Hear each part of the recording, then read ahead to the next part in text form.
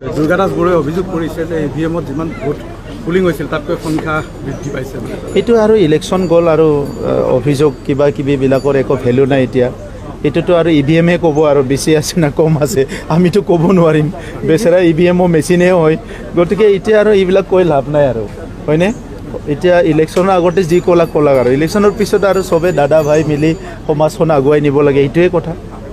তাৰিখলৈকে 4 তাৰিখলৈকে ৰখক, আপোনালোকেতো ৰিজাল্টটো চবে পাব।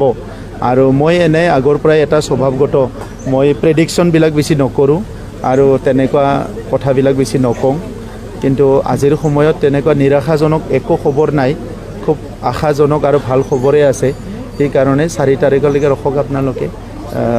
1 তাৰিখ মানতে ডাঙৰ ডাঙৰ চেনেলবিলাক এক্সিট পল দিয়া আৰম্ভ কৰিব, তেতিয়া আৰু আলোচনা কৰিম।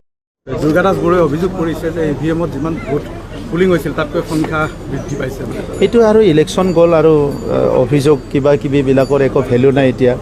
এইটোতো আৰু ইভিএমে ক'ব আৰু বেছি আছে না কম আছে আমিতো ক'ব নোৱাৰিম। বেচেৰা ইভিএমো মেচিনে হয়, গতিকে এতিয়া আৰু এইবিলাক কৈ লাভ নাই আৰু হয়নে। এতিয়া ইলেকশ্যনৰ আগতে যি ক'লাক আৰু ইলেকশ্যনৰ পিছত আৰু চবে দাদা ভাই মিলি সমাজখন আগুৱাই নিব লাগে, এইটোৱে কথা। তাৰিখলৈকে 4 তাৰিখলৈকে ৰখক, আপোনালোকেতো ৰিজাল্টটো চবে পাব। আৰু মই এনে আগৰ পৰাই এটা স্বভাৱগত মই প্ৰেডিকশ্যনবিলাক বেছি নকৰোঁ আৰু তেনেকুৱা কথাবিলাক বেছি নকওঁ। কিন্তু আজিৰ সময়ত তেনেকুৱা নিৰাশাজনক একো খবৰ নাই, খুব আশাজনক আৰু ভাল খবৰে আছে। সেইকাৰণে 4 তাৰিখলৈকে ৰখক আপোনালোকে। 1 তাৰিখ মানতে ডাঙৰ ডাঙৰ চেনেলবিলাক